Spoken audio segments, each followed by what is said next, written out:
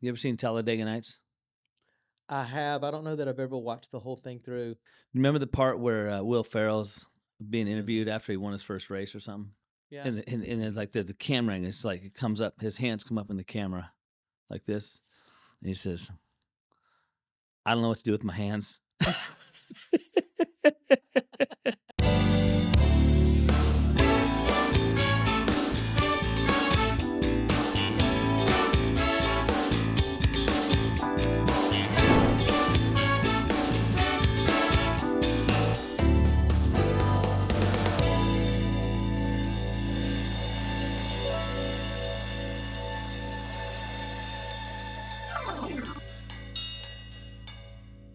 First of all, let me introduce Marty Bryan. Most people know him as Marty B.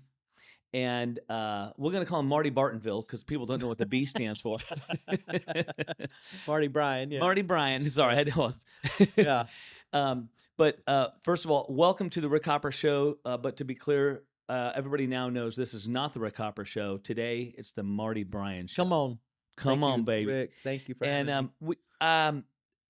Marty is today. I want to share with the world the recipe of Marty Bryan, because I believe that everybody is a sum total of their influences, their experiences, their painful moments, their upbringing, their education, everything that's influenced us. And it's like an algebraic equation with weighted averages. If there's a really strong personality that was in our life for a short time, or Yeah. somebody that was in our life for a long time. So we're just like this really complicated recipe.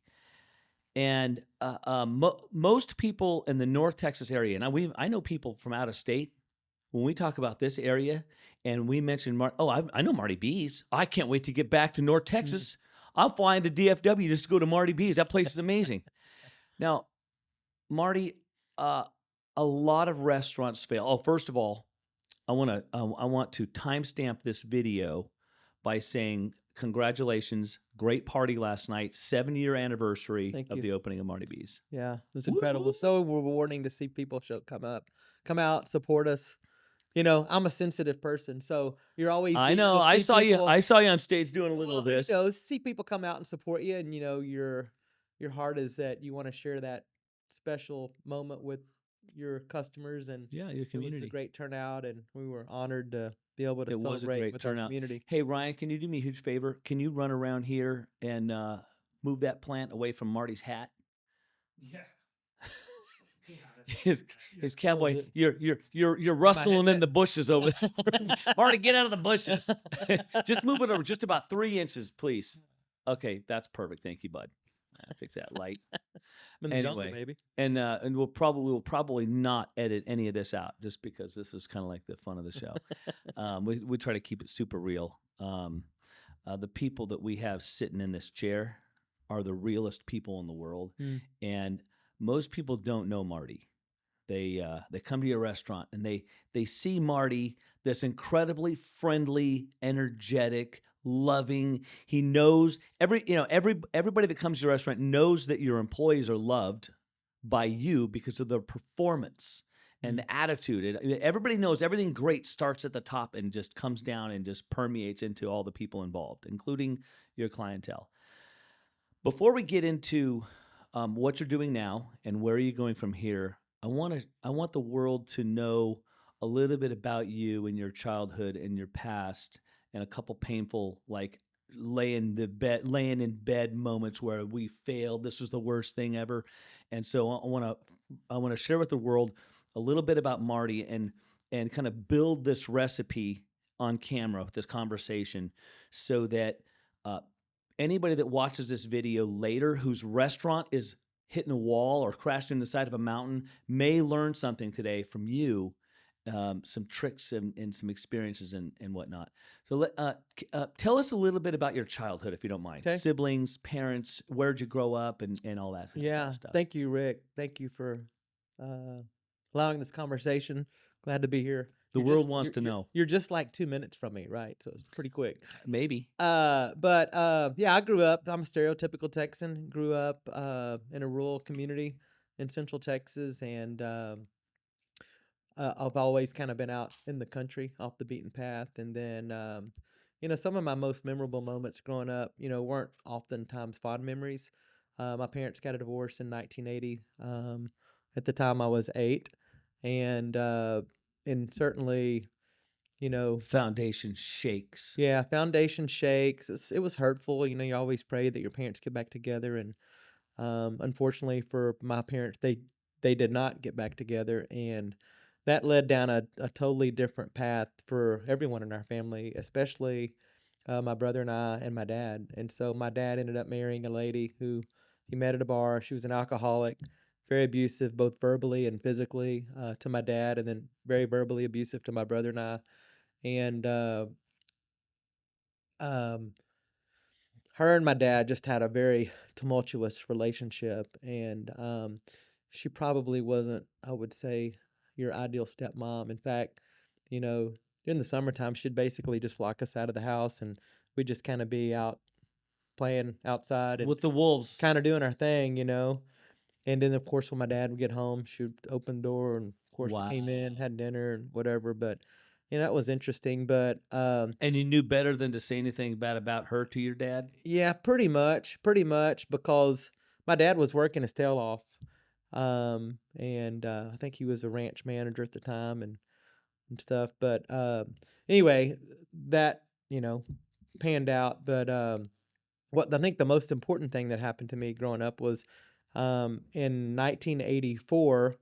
My dad was going to work. It was his last day at this job, and he ended up having a car accident on his way to work. He was planning to start a new job that following Monday. Headed to work, 2-lane road, hit a deer. Deer knocked him out into the side of the road. My dad horseshoed a tree, and when he horseshoed the tree, he'd kind of leaned over into the passenger seat. Well, the impact basically kind of hit his tailbone and kind of just crushed all the nerves in his spinal cord, broke his back, and of course he laid there, almost died just from ant bites, because he got stung by fire ants the whole time he's sitting there. God.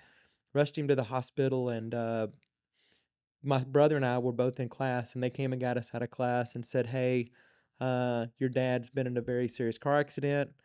Um, he's stable, not real certain of what it was going to look like."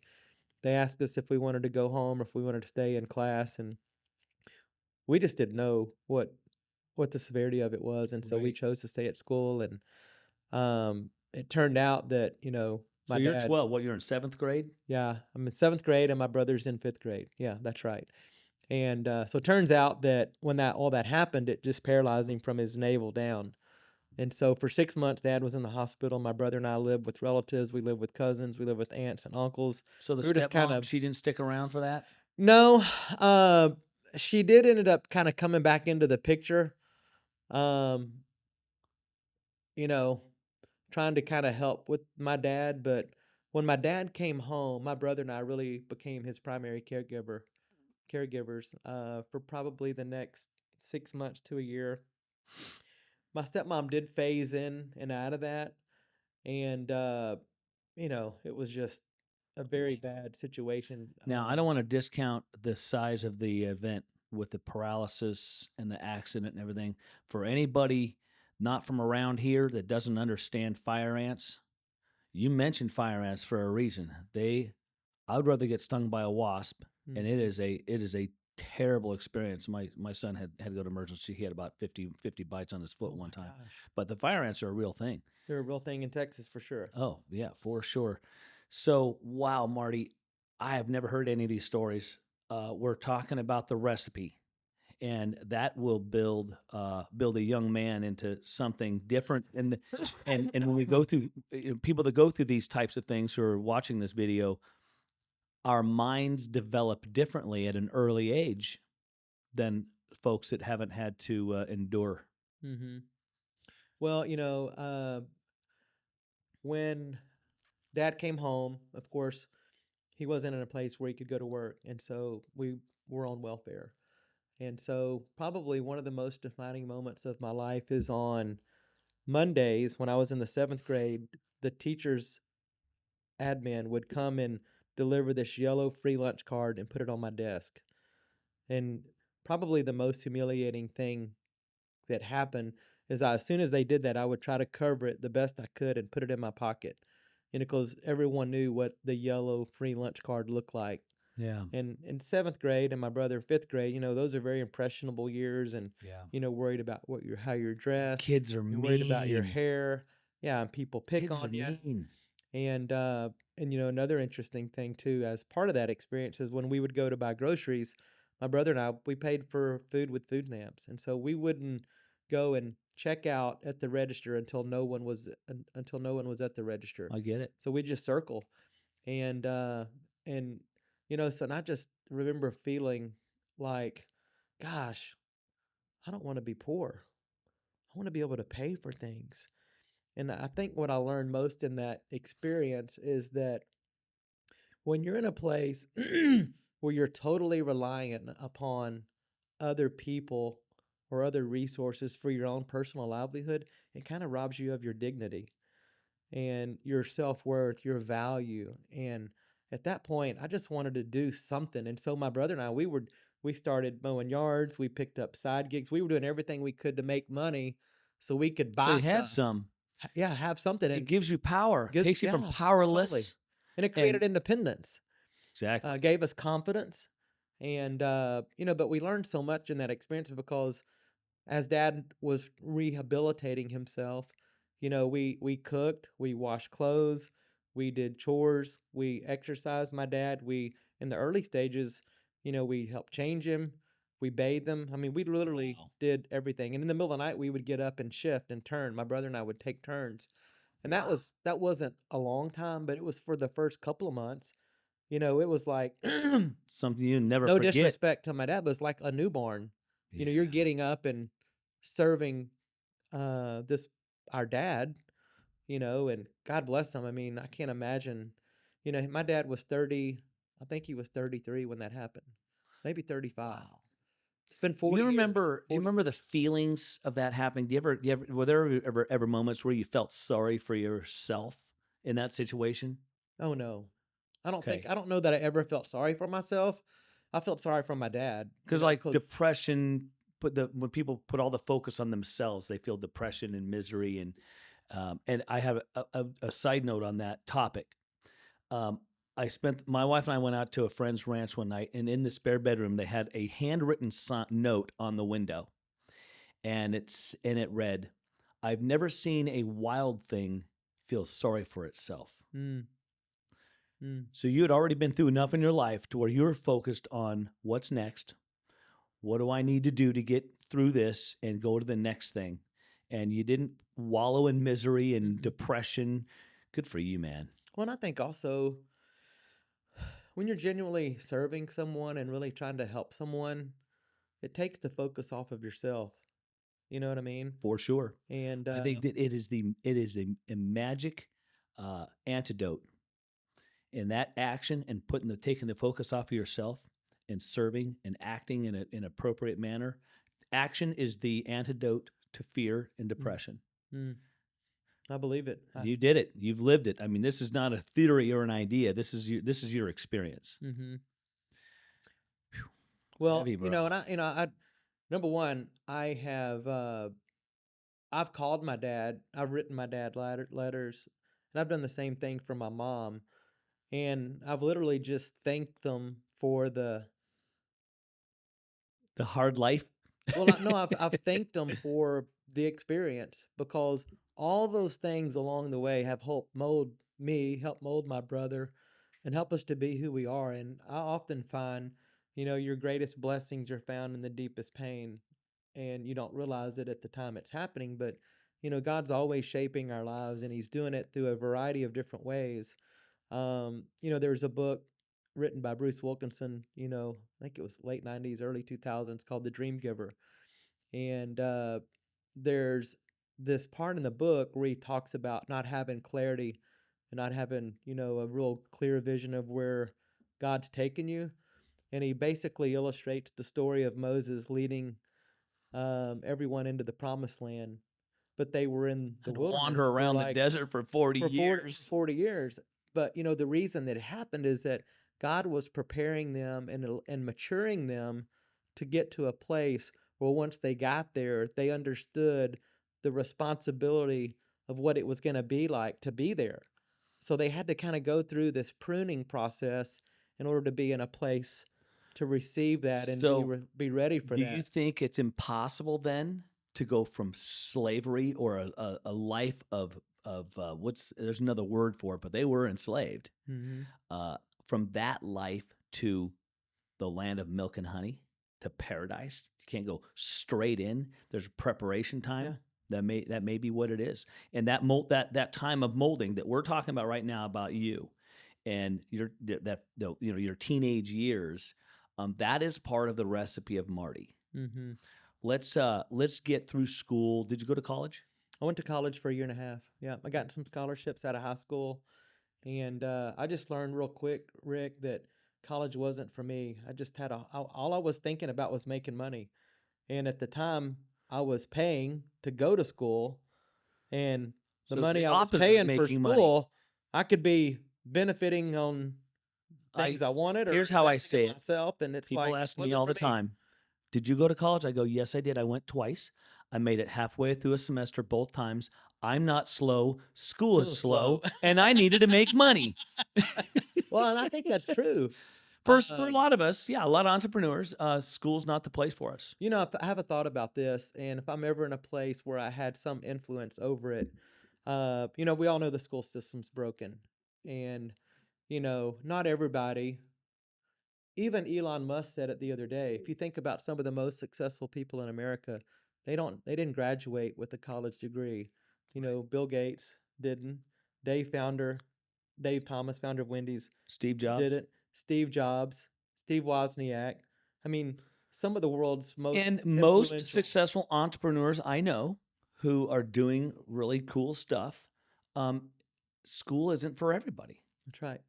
And so I've often thought, wow, what if school was a place that could create and stir up creativity and help people identify, maybe at a pretty early age, where God's really kind of gifted them. Like in our business, we do a personality profile. You're familiar with it, Culture Yep. Index, and it helps us identify the best place for this candidate based on how God created them to Based on be. how we are hardwired at Hardwired. birth. Now, it's not foolproof. It doesn't measure integrity, doesn't measure hard work, but it helps you break down how the person's wired so that you can put them in the The place things where we're you're going to be naturally gifted at. And naturally you gifted at. reuse the word gifted by God. Yes. And for those who don't believe in God yet, I just want to say God believes in you, and you should give him a reason to believe in you, even if you're not ready to believe in him yet. Mm. But you and I both believe that our hard wiring or our natural gifts, the stuff that we're really good at, and I don't know if we love it because we're good at it or if we're good at it because we love it, but it doesn't really matter. Um, Identifying those things that we are naturally good at, and we can continue, and we can do those in our careers. We usually find success Yeah, at. so like in the school setting, I mean, how cool would it be if you had like, part of going to school was having a vocation, because we all learn more by doing than by reading, Sure, right? I mean, that's pretty evident, sure. right? And so, you know, there's so many things out there that we need amazing people doing. A lot of trade work, carpentry, Have you been invited plumbing, to go electrical. speak at any of the local schools yet, in their entrepreneur programs? Mm-mm, I have not. Okay, I've done it a few times. I think it'd be good to go spend an hour. I'll let them know that you're available at some point Okay. if you want. It's very rewarding when you've been through some projects and you've got some wins under your belt. You're not just an entrepreneur at heart, but you literally have some startups and victories, and you have a merit-based authority in speaking. These young people, they need people like us to share our experience, our strength, and our hope with them, and give them a kind of a grip on, hey, here's what worked for us. Here's what works for us. Here are some of the principles that we live by. It's incredible. I've spoken at a couple colleges and high schools and even elementary schools over the years, sharing entrepreneurial concepts. And a lot of these schools do have entrepreneur programs and clubs. We need more of it. We Yeah. need more trades. The trades are, I mean, hey, I think the richest guy I know is a plumber. Mm-hmm. He's a busy plumber. Well, and it's true, and sometimes you don't really know what you are gifted at until you discover it. Try a few And things. so for me, when I was in high school, I was in ag, FFA. I learned how to weld. I learned how to build things, and it was awesome. And I was able to Serious utilize jack some of of all those things trades. when growing up on a ranch. I mean, I could pretty much fix most anything that broke because of what I learned in high school. And now everybody in North Texas knows why you're able to build stuff from scratch, design, create, build, work with the builders and the Yeah. engineers, and be intimately involved with every stage of the process, not just making great meals and food and recipes and all that stuff. But let's focus for a few more minutes on the recipe of Marty. Let's get a little further through your life and in your career. You spent a year and a half in college. You're like, all right, I've had enough of this. And then I'd like the world to know how you got into the restaurant business in Yeah. general. Well, I always knew in high school I wanted to do something service related. Uh, I've always been a likable person. I was voted class favorite 3 out of my 4 years in high school, Yeah, baby. Of and course. I think you got class favorite last week at Marty B's. yeah, maybe so. And I'm not bragging about that, but I've always had a level of sensitivity. I've had soft spots for people that may have been marginalized or maybe didn't have the same opportunities, and I always felt compelled to engage those people and Yep. like the janitors at school and the Or somebody cafeteria sitting ladies. alone at lunch on the Yeah. school ground. You go sit down and have lunch with them. Well, I just always felt pulled toward those type of people. And I just was always kind and friendly to everyone. Um, and so I think that might have been part of it. But so getting out of college, I just knew I wanted to do something service related. Moved to Houston in 1990. Started working for. It was at college one day, and there was a couple that were sitting outside of our college campus, and I was coming out of a test. I wasn't in the great frame of mind, so I wasn't really paying attention. But I was getting on the elevator, and the guy behind me said, "Hey, are you interested in going to work at a restaurant?" I turned around and I go, "As a matter of fact, I am." And it was a guy named Monty Batson, and Monty's back. He's in Texas. He works for I think he's the CEO or CFO for Hurtado Barbecue, and great dude. And he says, "Well, go in and ask for this big goofy looking guy named Rex." And Rex was the managing partner of the Outback Steakhouse on Westheimer. When you got there, was there a big goofy looking guy? There was a big old And you goofy guy knew named his name Rex. was I knew it Rex. was Rex. Oh, poor Rex. Rex, if you're watching this, he don't mean nothing by it. No, Rex is amazing. He was very impressionable in my early age at Outback. But yeah, so that was really it. That's where I got started. I was Outback. there for a year and had gotten to a point where I was like, I don't think I'm gonna move back to College Station, finish school at A&M, and then pursue something. I wasn't sure what it was gonna be. Well, as I was thinking through that, there was a guy that came in, Donnie Everts, who was our joint venture partner, was kind of responsible for the whole entire area of Houston. At the time, there were 4 Outbacks in Houston. He goes, "Hey, there's this new position coming available. It's a training coordinator, food tech role." He goes, "I think you'd be great at it." He goes, "The downside is he goes, this would be a full-time position. You wouldn't be able to continue school. This will be something No, you'd have to darn. pursue all your time." You're right. And I thought about it and called my dad and we talked, and I ended up taking the job. And they And did you have started to relocate also? I didn't. I was in Houston. I just Oh. stayed in Houston, but they paid me 18,000 a year. I think I got $150 a month car allowance, and I thought, man, this is a great And this gig. is this is back in the 1900s, right? This is 1992 at this point, 92. Late 1900s, Yeah, where $18,000 a year actually meant something. that's right. Wow. And so I moved That's out. $9 an hour, 40 hours a week. It's a great role, but for me, I didn't care. I'd have done it for probably 12,000 a year. Don't I tell wasn't them that. I wasn't doing it for the money. I was doing it for the opportunity because I knew it might lead to bigger things. It was going to give me a lot of exposure to go and travel around the country, opening up other Outbacks, and then develop the Houston market. Well, the Houston market ended up having like 20 something restaurants, and I ended up opening over 20 Outbacks Talk about an for a education. 4 year period. I got to work with the founders of Outback, Bob Basham, Chris Sullivan, Tim Gannon. Paul Avery was our director of operations. Trudy Cooper was in charge of training, and I got to work with all these amazing people. More importantly, I got to work with the guys that created the menu for Outback, Warren and Larry LaRuth. And I got to Mm. spend individual time with those guys, learning Wow. a lot about the science of food and creating food. And so for 4 years, Did you I love did that that. part? I loved it. You loved Was that your favorite part of It the was probably whole my thing? favorite part up until I got married. So I got married in '95 to Roxanne, Yeah. who had pursued all of my high school years and Yeah? had always had She a was crush. chasing you down for I years? had always had a crush on her, and then it Did she wasn't know? until yeah, oh yeah, she knew. Okay. But it wasn't until November of '94 that we actually connected and we got married. I got engaged.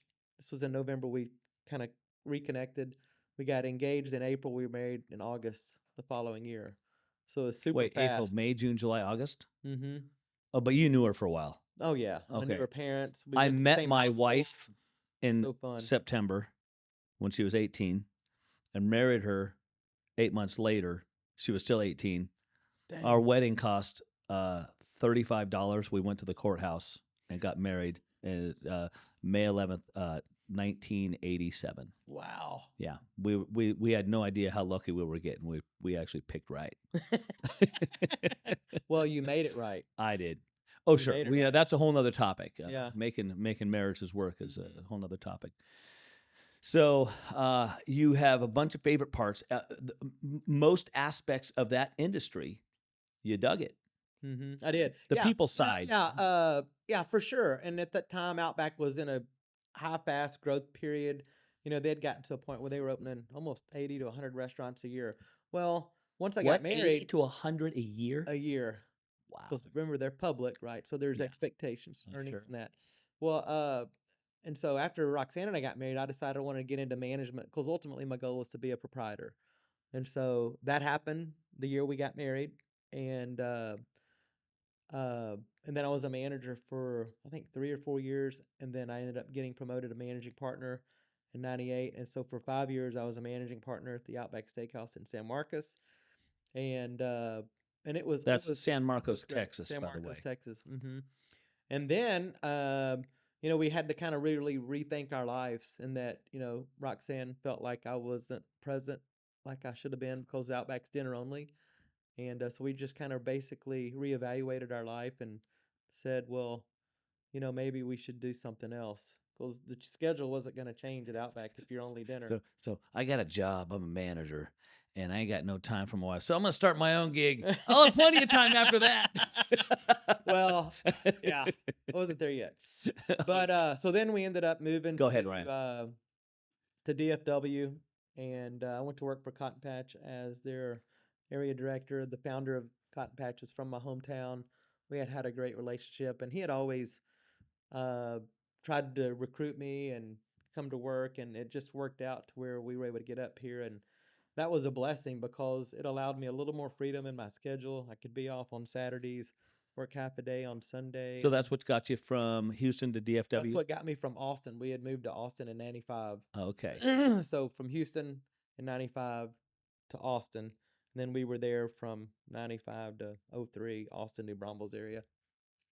And so the schedule was just suitable, right? And then they needed someone with max. They wanted to grow. I started, they had 13 restaurants. They wanted to grow. And so in the 13 years I was there, the last 5 years as VP of Ops, where I was responsible for, you know, And how old are you at the time? Now you're VP of Ops. when I became VP of Ops, I was probably 40, 39, 40. Okay. And So you were done with school. done with school. Well, uh, Never done. formal school. Right. You're never really done learning, No, I know. right? Never When done. you go My to school. point is, it's almost like Outback was your college education. It really was. And I say Outback Hands on, University, baby. Yeah. really hands on. And what I love most about Outback was the culture and the care and respect they had for people. Um, and I've always valued how committed they were to just serving their team, their customers, their community, and probably is why I am the way I am at Marty B's is through a lot of what I learned at Outback. They were Beautiful. just wonderful at it. Now, going into Cotton Patch, what I loved about working for those guys because it was I worked for the two founders up until the last year I was there because they exited. But you know, those guys were really committed at making money, and I learned how to. And we did a lot less sales at Cotton Patch than they did at Outback, so I learned how to take less revenue, maximize the revenue, and, drive bottom line results without compromising top line sales, which hard to do, right? Or customer experience, Customer or experience, employee experience. employee experience, all those things that I'd learned from Outback.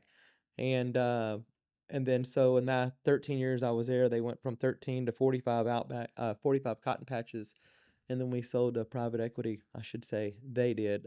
Received zero benefit from the Mm. sale, which was hurtful. I'll be honest, it was hurtful for me. So would you, knowing what you know now, going into that, would you have negotiated differently your agreement to Well, I make didn't really sure that have. you had Yeah, a piece of the I pie? probably They would have. wanted you.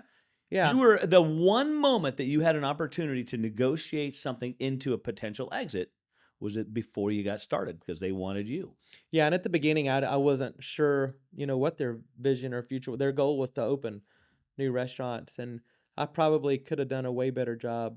But in retrospect, Rick, I don't know that I would have had the same level of appreciation for the journey that I've been on since leaving, had I been in a different place financially. Because when Mm. you put all you've ever worked for in your whole entire life into something, and there's no plan B, you figure out how to make Burn the ships. plan A work. Yep. And so, in retrospect, I have zero regrets. I don't regret a single thing that I've done. I don't regret a single action, because that whole process is, I'm maturing and I'm getting better. And some of those painful moments have shaped me and made me a better business Yeah. owner, and also helped me, have more compassion, sympathy, and empathy with other folks that may have gone through some of those similar Yeah. things. So you'll very rarely hear me, if ever, say that I regret Yeah. doing something, because it's the process. There's a big difference between having regrets, and maybe thinking maybe I'd have done something differently. But when you stand in front of the mirror and you're brushing your teeth and you look at the recipe of Marty right now, how could you regret anything that ever happened? That's right. It's That's right. amazing. Well, and, I've always been very prayerful about any decision that I make, and I don't make most decisions I don't make exclusively on my own. I'll seek wise counsel, people that are maybe a little older than me, people that have been in similar situations. And I meet with my pastors at my church a lot just for prayer. Hey, And Proverbs says, plans fail for lack of counsel, but the wise have many advisors. mm, and I have a group, and I consider you a wise counsel, Rick, and you've given me good advice on things. And there's probably a handful of people that I know I could count on if I got in a pickle. I wouldn't consider myself wise. I would just consider myself an outside perspective. And that really is the value most of the time of wise counsel. You can go to somebody that doesn't have all the details, but you share a fresh perspective with somebody that's with a different perspective. You get a view from another perspective. And that's a lot of times where we get the clarity. But I Yeah. appreciate the compliment. No, seriously, and you leading Biz Owners Ed now. Biz Owners Ed's been a big influence in my, you know, personal and professional development.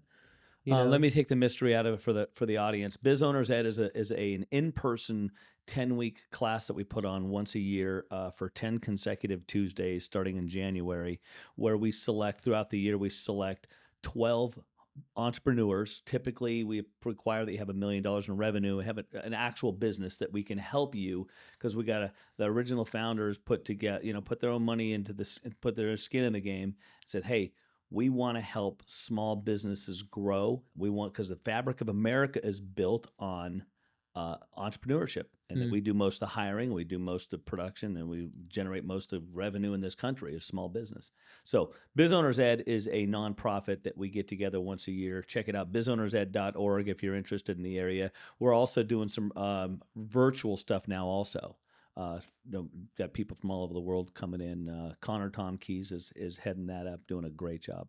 But so, Biz Owners Ed, big part of your life. totally. Um, Very, very, very impactful. I learned a ton, and I think most of learning happens with the people you get to meet along the way. In that, what they say, people you meet, the books you read, really kind of determines your trajectory and in your life, and just gave me an opportunity to really connect with some very experienced people that had been in Yeah. business and knew way more than I do. Those that came before us that, and you know what they say, you should never listen to anybody that's not someplace you want to be.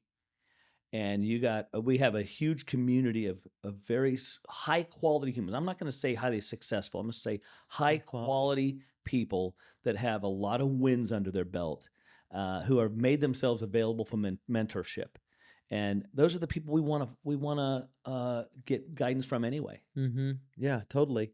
Uh, and so from being at Cotton Patch during that time, and so then when the exit happened at Cotton Patch, we got bought out by private equity in January of 2015.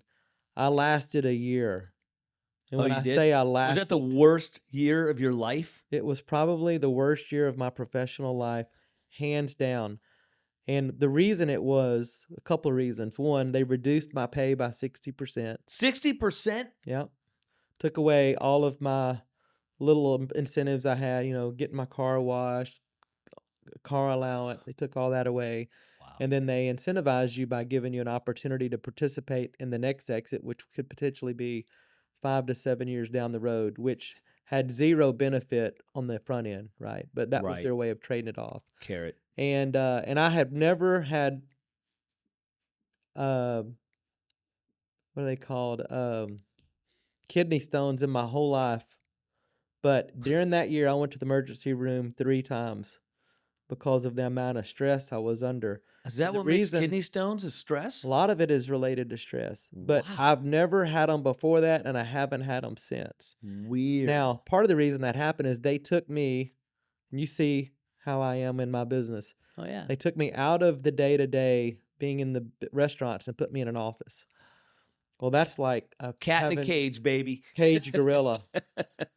And our CEO at the time, we did not get along, and it wasn't a secret. There wasn't really anything much liked about her, and it wasn't a secret, and it's not a secret, and I'm okay to admit it. But yeah, it just didn't go I'm sure well, she knows. and oh, totally, and so I was nudged out in January a year later. Was it like a shoulder or a hip? It was kind of a hip, They said if I'd resign, they'd pay me, severance. And, it was kind of hurtful, even though I wasn't real happy in the situation. Didn't have anything else I had going on at the time. So, but I'm grateful for that experience. And then for 3 months, I didn't do anything. And then I started doing, How'd you during that 3 months, were you uncomfortable because you didn't have anything to do? Were you relaxed because you're like, "Yeah, I could use this break?" well, I've always been pretty good at managing our resources. I could have gone, So you weren't gonna starve in 3 I months. wasn't So going to you were starve. you so you No, got a well-deserved break. got a break, and in 3 months, I think there was just there wasn't a single thing around the house I didn't get done that I wanted to get done. And then after you run out of projects, you're like, well, now what? You're But here's like a what I prairie learned. dog Here's what I looking for learned the in three next months. looking for the next proper The opportunity. last thing I want to do is nothing. Oh, I know you. I don't want to do that. A man of action is very uncomfortable if he doesn't have a So then I project went in to front of work doing consulting. I did that for a year and a half. And then in that same year, May, I'm out riding my bike with Bill Blackshear, very good, one of my best friends. And he goes, Marty, you know what we need around here? We need a barbecue place. And he said that. We stopped. We just pulled over and stopped pedaling. And I go, Hmm. you're right. We do. And that was kind of the birth of Where were you sitting on your Marty bike B's. at that moment? At Hickory Hill and 377, right there by the post office in Argyle. That's about a mile, 2 miles from where Marty B sits right That's now. right. So, how long after that conversation did you get in your car and start driving around looking for a location? That happened, I want to say in late April. Uh, May, first part of May, we started driving. I called the banker, told him what was thinking, found out what he needed, and then I had worked with the design developer, design architect at Cotton Patch. We had 3 people that we hired to create a new prototype, and Scott's was my favorite. I don't think we ended up going with his, but I just liked the dude. He was cool, Scott Arbuckle. And so I started engaging Scott, and then he helped me bring Marty B's to life. He's done. So your first vision in your mind, your first vision of this barbecue restaurant, was it called Marty B's in your mind yet? No, it was going to be called The Great Taste of Texas, but everyone who knows me always calls me Marty B. And even Bill, the guy who kind of sparked the idea, he goes, "Dude, you have to call it Marty B's." So it really wasn't my idea And to do it. you were humbled by that. I was humbled by that, but But how long did it take for you to embrace, like, you know what? You're right. You're right. It does have to be called Marty B's. Was it pretty yeah, I instant? think so. I mean, I think most everyone in my friend group said the same thing, and I'm like, well, okay, you know, I don't know that in business school they teach you to name a business Okay. in your name. At that same time, you're in your mind. You're creating this barbecue place. In your mind, did the facility look anything the way it looks now?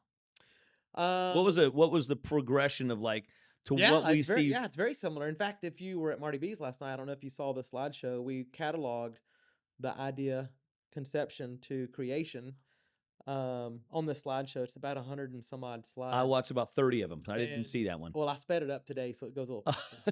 Good. Yeah, it's like 10 seconds on each screen. I was like, oh man, I don't think everybody's No, got no, that no, kind of no. attention It's span. not this days. But yeah, the actual first draft is pretty close to where we ended. We made it better along the way, but uh yeah, that was kind of how the idea got created. And then as I'm doing consulting and I'm working, there's a place out in Shreveport, Louisiana, David Alvis, awesome dude, got a restaurant called Silver Star Smokehouse. And so I spent a year with David, and I learned so much from him because he has a live music venue and does barbecue as well. Uh, and so I learned a lot of how to do what I do on the barbecue side from David. The one thing I did differently is I kind of created the concert venue as part of the restaurant. His was separate. And then Genius. I Beautiful. did Tex-Mex. He had just done steak and barbecue. Well, I thought, well, we call it Texicue here in Texas. It's Yeah. Tex-Mex and barbecue, Texicue. And it was kind of unique. No one was really doing that. No one was doing Tex-Mex with smoked meats. Literally no one at the time. Yeah. And so we kind of birthed that out. That's beautiful. And then of course it's pretty common now at a lot of barbecue places. And All right, Marty B's in Bartonville on 407. If you haven't been there, if you get to the DFW area, now you know where to go for the most incredible, Texas-Q, what do you call it? Texicue. Well, steak, Tex-Mex, and barbecue is what we Okay. serve. Yeah. Okay, let's go. Marty B's just goes. The community just flocks and keeps on flocking. Hour and a half, 2 hour waits on weekends is insane. I won't even wait. I'll just sneak in and take a seat at the bar. But then this other thing pops up. There's another failed restaurant in the community. And at what point did you decide to do Rustico? Because that was the next one, right? I had always liked that space. The restaurant that was there before was called The Table, and it did great and had, I think, a good beginning. And then I think it changed ownership a couple of times, and I just knew it wasn't going to make it. I just knew it. And so I had talked to Jay Rogers about it, and I had told him kind of some of my exchanges with the current owner, and he goes, "Why are you talking to the owner?" He goes, "You should call the landlord. If they're See if they're paying their rent. not making money, They're not paying their they're rent. probably not paying rent." He goes, "Don't talk to the owner. Jay talk is to the always full of good landlord." ideas, man. And I go, "Well, yeah, of course that's what I should do." That's what I did. So I called and talked to them, and they didn't take me serious. They had the guy that I had spoken to really didn't know the details of what was happening in that lease, because they managed other things. And it's probably not a very common phone call. Yeah. Hey, I was wondering if your tenant's paying his rent. And the guy was kind of being a turd. I just hung up on him. And literally, Rick, 10 minutes later, the guy calls me back. Like, and he goes, "Hey, this guy is onto something. You're actually right. They are behind on rent." And I go, "Well, yeah, I mean." So you knew before the people get paid rent? Oh, thank you, Jay Rogers. You're the best. So Jay always reminds me that. I helped you. And he's right. I give him credit for it. And so from that point, it ended up being a really good opportunity for us. we basically inherited everything from the prior restaurant. Some of the stuff we kept, some of it we didn't, but we remodeled the whole thing. How much of that stuff did you have to pay for? I didn't pay for anything. All I had to do was re-sign the lease. So they lost all their equipment? Hmm. Wow. Yeah. Lucky for Well, you. yeah, it's unfortunate when you get behind on rent, and then Oh, you have to, man. settle up Oh, with the man. landlord, and It that's kind it of how they hurts. concede it, It right? hurts to fall. It hurts to fall, Yeah. and I just felt like it would be. And honestly, when I went in there, I didn't know what it was going to be till I walked into the space, Serious? because I didn't know what was left in it. Oh. And then because it's got that wood fired pizza oven, I go, well, I'm not taking that out, so I guess we're doing pizza. It had a wood fired grill, and I'm like, well, those are 20 grand. I ain't taking that out. Looks like we're gonna have a wood fired grill. And then we And what do just you cook said, on that? Steak? yeah, steak, chicken, fish, all of our good Okay. food. And I'm like, well, if we're gonna do this space, we've got to appeal to women. We've got to make that space cool, fun, energetic. So let's do a wine bar and grill. Wood fired grill and wine bar so that's what Rustico is. Yeah. And so we Oh, basically it's just kind my of my created oldest daughter favorite. Every anniversary there. My wife and I love it. Jeff and Lori pray. We always go there. There is one meal. We have a complaint. You guys stole a meal from us on the last menu. short rib. No, it was the but we make our own version of it. We actually custom we drive the waitress crazy with our orders over there. But it was like it was a pork bolognese stacked with Yeah, I au love gratin that. potatoes and It was one of my favorite things, but I think you were the only one ordering it. oh man, that's all right. We still order it with the Yeah. Parmesan chicken crusted There chicken. you go. We build it on a bed of au gratin potatoes and arugula and a fried egg on top. Come on. Oh my god, it's unbelievable. Wow. And I cut it in half, put half in a box for later because it's too much in one sitting for my girlish figure. Yeah, so we opened Rustico in November of 19, and got off to just an incredible start. Well, we know what happened in March of 20. We won't use the word, but I So remember it. so 4 months in, that happens. We're shut down for 6 weeks, and so at this point, I've got Marty B's and we've got Rustico. Well, we also have 1845 under construction during this period. So we're building a new restaurant. I just opened a new restaurant, and I have this huge restaurant called Marty B's that's closed for inside dining, to go only. You So freaking rocked it. it A was quick story. So Marty says outside delivery only, and you pickup pivoted. only. Pickup only. Pickup only. Pickup. Yeah. Pivoted to where there were lines every night. There was two rows of cars going all the way down, and they were bringing you guys. You guys cooked more food than you could possibly serve in a restaurant because there was no limit to how long a line of cars could be. That's right. In fact, You weren't limited on number of tables. yeah, I think after we were closed and had to do to go only, there was one night I just had to stop people from coming in. The cars were literally all the way down 407, past the Bartonville Town Center, pulling into Marty B's to get food. And We could die. Dude, Well- we could have all died without Marty B's in this. I will tell you quick, you may or may not remember this. We invited some friends to come over. In my Mercedes Sprinter van, I set up a table and 4 chairs, and we got an order to go. We pulled up. We got our food, and we pulled into your parking lot, opened both sliding doors, and we had a restaurant experience in the parking back of the van with Marty B's.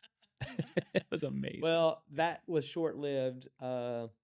Unfortunately, there were some people that were kind of strong arming us and policing some of that stuff, because there was just so much uncertainty around distancing and Right. all that. And so it still ended up being probably one of the greatest gifts we've ever been given, is navigating that space, because it kind of put us on the map. And my goal was laser focus at that point, is I was going to do everything I could to keep people coming to my business, because we were going to be Yeah. closed for 6 weeks. Well, 21 days is all it takes to create new habits. I did not want people to stop coming to any of my businesses. Forget about you.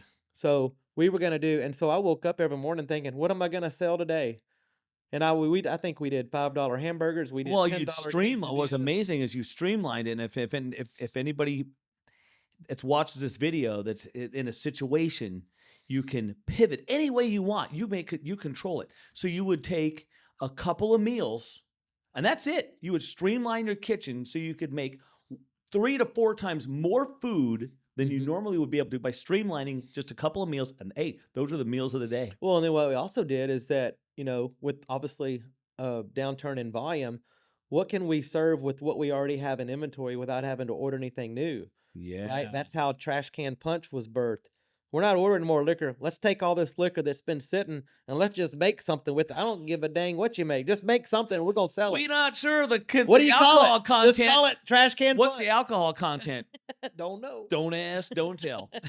And then same thing with our menu. And so I think we literally went probably a couple of weeks without ordering anything and just using what we had. And then we Wow. got, we started getting smarter and, really trying to expand, Yeah. the menu Let's offerings. design a meal with our least expensive ingredients that last the longest Yeah. and serve the heck out of that stuff. And then what I did during COVID, so it was middle of March through May 1st, we were closed, right? Well, when we opened up back May 1st, we all expected there'd just be this huge influx of people coming back, but it didn't work out that way. People trickled, people were apprehensive. Were they And scared to die from a disease? I think there was just a lot of anxiety, and I just don't think there was enough information for people to make educated decisions. And so some people, Well, we weren't hearing the truth on the media. we weren't hearing that.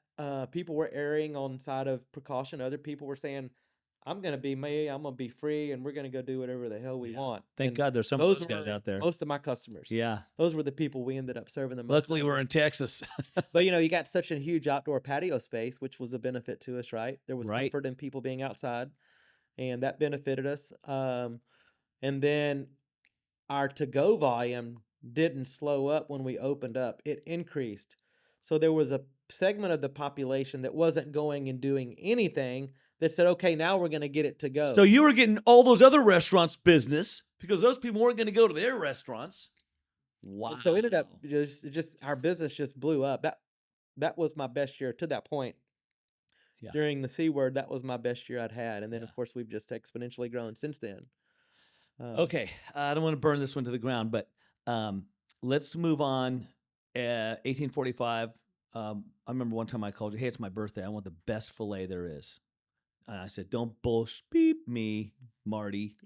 Where's the best fillet?" He's all, "Well, they're all really good. Don't just." She goes, "All right, it's 1845, the best fillet." So that's where I went for dinner on my birthday that year.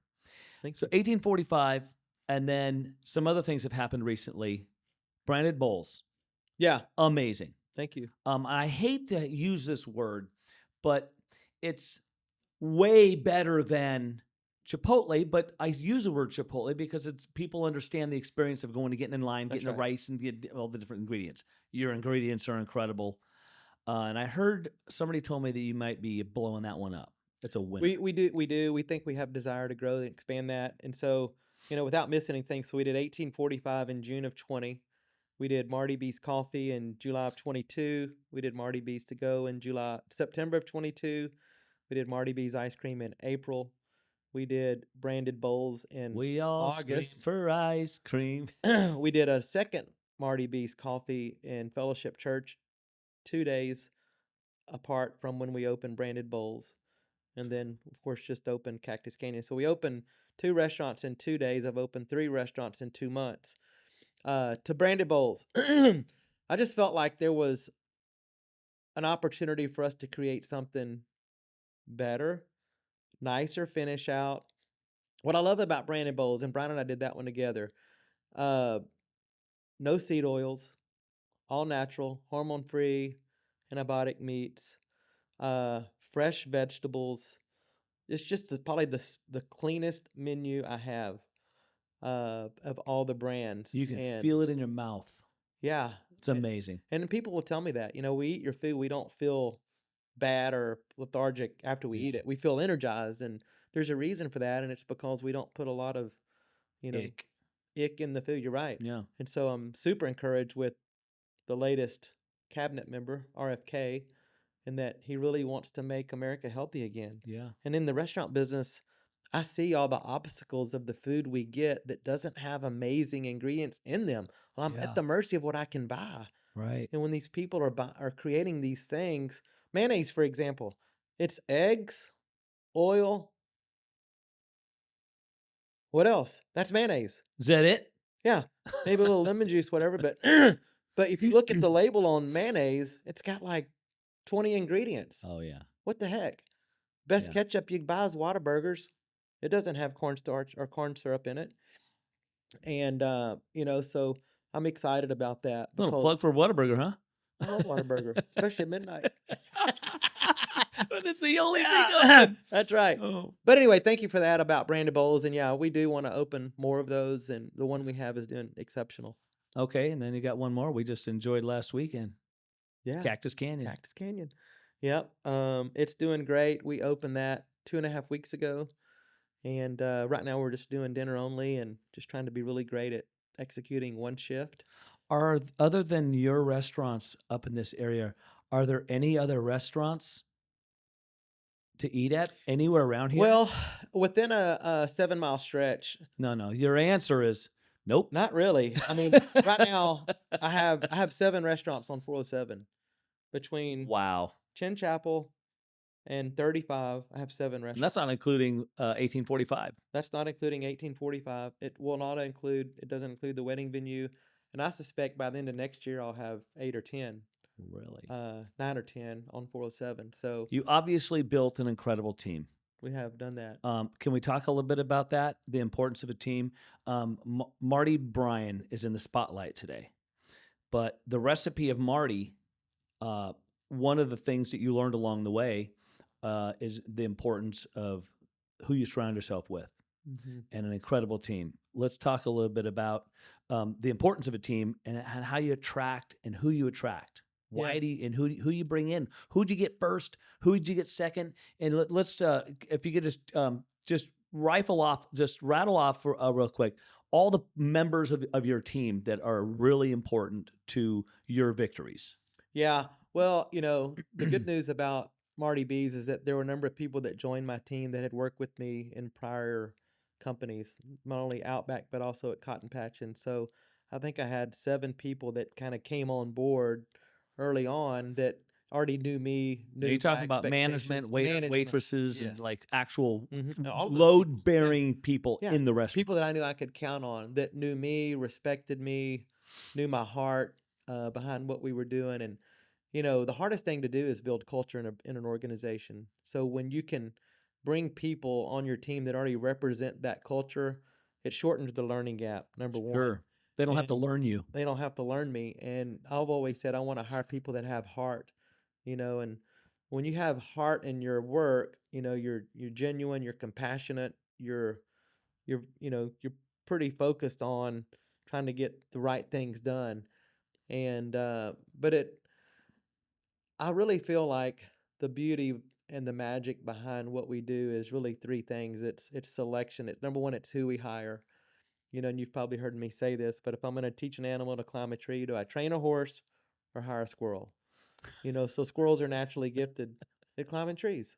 Okay, well, not everyone's naturally gifted at hospitality. Not everyone's naturally gifted at serving others.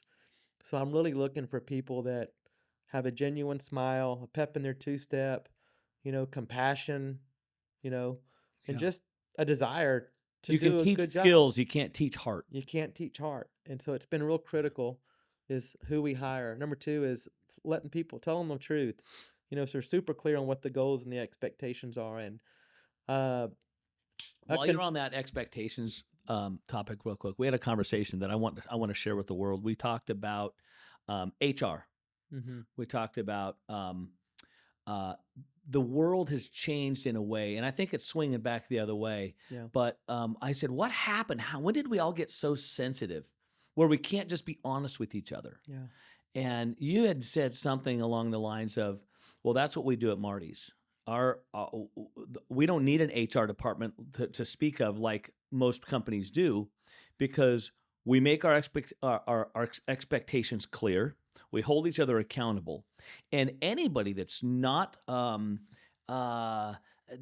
comfortable with the truth, well, Probably shouldn't They're be on our team. they're not. They probably shouldn't be on any team anywhere ever because you know what those people create HR departments. Exactly. We don't need them. I mean, Right. okay, some of you guys do, Yeah. but when you are honest with your people and you have clear expectations, and that's what you do at Marty's and all your operations. Thank you. It's Well, and I obvious. think honesty is critical, but if you're honest but not accountable, this kind of becomes meaningless. You Is that considered abuse? well, I just think if somebody's gonna tell me something to do and then I go do it, but then there's no follow up, then there's no value to what they told me.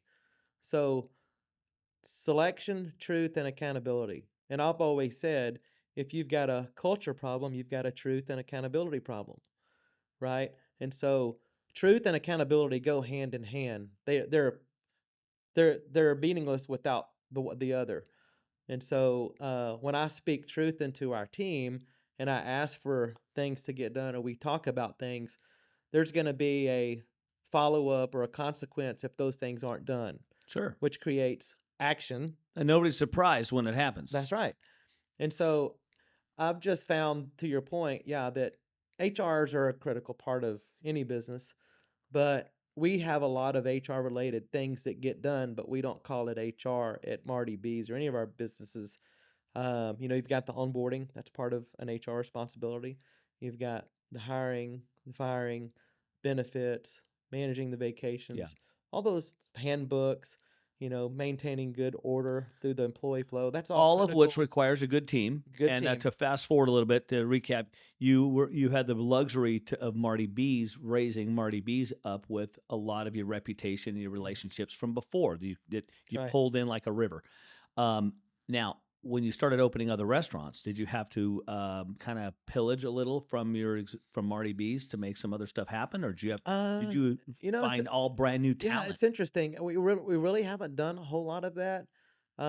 Certainly there's some crossover, but our goal is to try to keep all the rest of businesses independent, right? Because if you got a lot of employees working at multiple places, well, there's going to be a point in time where one needs them more than the other, and then one's compromised. Right. And so I'm not saying it doesn't happen, but it's very limited in how often it does happen.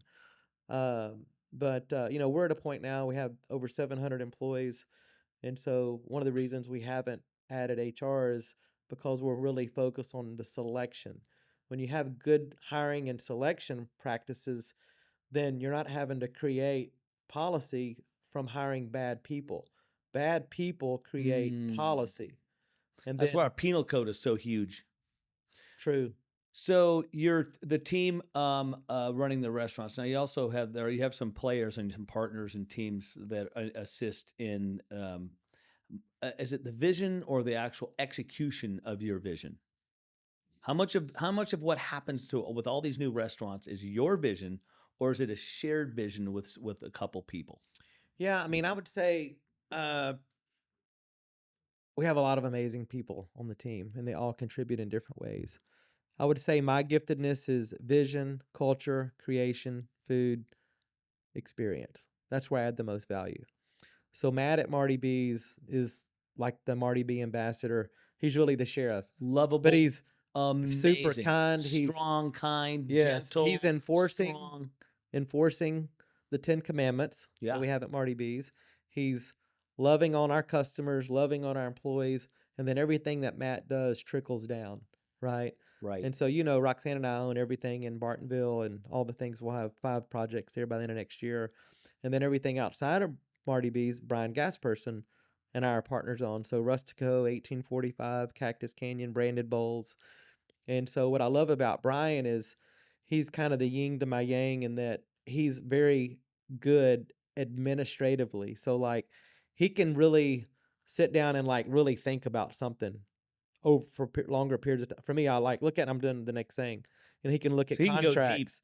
He can review, leases, insurance policies, just Yep. detail. Right? He's great at that. Like building Cactus Canyon, I'll looking bet you at the he's college plans. educated. Nope. No? Believe it or not. That's great. The only reason I say that is because I'm a slow reader. I mean, I'm a slow reader. That's why I listen to books on Audible. But the one thing I can read well and fast is legalese, contracts and agreements. Yeah. For some reason, I can read them, but I can't sit down and read a book very well. Hmm. But Interesting. so that's why I just kind of assume maybe Brian is college educated, because you got to be a good reader to be able to go deep and keep your focus Yeah, totally. and And absorb all the he details. he doesn't get lost in it. I mean, he's actually really good at it. And so I'm grateful to have Brian as Good partner. part of our team, right? And he's also the CFO at Marty B, so he kind of manages, the financial piece there, Makes and sense. then does a lot of amazing things. All right, Marty. We're not Joe Rogan, so we can't get away with a 3-hour deal. Hey, is my phone over there? Yeah. What time is it? It's been an hour and 7 minutes. You know what? I tell you, let's wrap this one up, and Okay. we can pick a topic to do a series. We can pick a series of topics, because your experience and wisdom, it would be so beneficial to people that want to start a restaurant, or people that are in the middle of a business that they kind of feel lost because they didn't have all that corporate experience and all the development at an early age that you did with the childhood. Was you had some experiences that you know you were blessed with some really negative stuff early in life that forced you to mature and force your mind to develop in a way where most people don't have that privilege. That's right. Can you believe I called it a privilege? Hmm. It's unbelievable. It's on how you look at it. Yeah, yeah. I don't want to get into my childhood, but my mind developed well early for various reasons.